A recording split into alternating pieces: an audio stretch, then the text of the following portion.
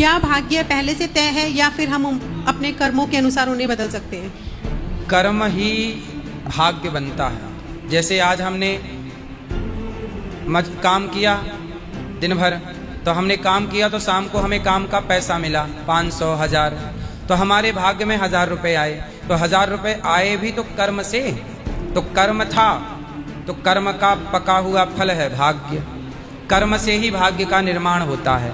बच्चा एग्जाम में अच्छा लिखेगा, अच्छा कर्म करेगा, उसके भाग्य में अच्छे नंबर आएंगे। अच्छे कर्म नहीं करेगा, अच्छे से पढ़ेगा नहीं, लिखेगा नहीं, उसके भाग्य में अच्छे नंबर नहीं आएंगे। नहीं, हम कभी कोई तकलीफ में होते हैं तो लोग क्या कहते हैं कि अपने तुम्हारे पिछले कर्मों का फल है। तो पिछले जन्म में जो कर्म कर चुके वो कर्म संचित हो गए ना, इकट्ठे हो गए। तो इकट्ठे होने के बाद वो मिलना स्टार्ट हो गए। तो जो मिलना स्टार्ट हो गए उन्हीं को कह देते हैं भाग्य। कर्म का ही पका हुआ फल भाग्य। जो पिछले जन्म में कर्म किया तो वो कर्म का फल मिला, तो वो कर्म का फल ही भाग्य कहलाता है।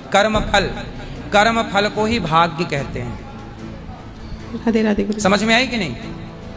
समझ में ये नहीं आया, लेकिन अभी जैसे कोई भी बहुत तकलीफ से गुजर रहा है अपने गृहस्थी में कैसे भी करके, तो अभी जो कर्म कर रहे हैं वो तो अगले जन्म में मिलेगा, लेकिन जो अभी के दुख हैं अभी भी मिल सकता है। जैसे दशरथ जी ने इसी जन्म में श्रवण कुमार को मारा, तो इसी जन्म में उन्हें कर्म दंड मिला, और दशरथ जी को भी पुत्र के लिए तड़प तड़प के मरना पड़ा, क्योंकि श्रवण के माँ बाप भी तड़प तड़प के मरे, और ये इसी जन्म का खेल था। लेकिन भीष्म पितामह ने किसी जन्म में, पिछले जन्म में सांप को कांटों के ढेर में फेंका, तो उन्हें भी बाणों की सैया पे लेटना पड़ा।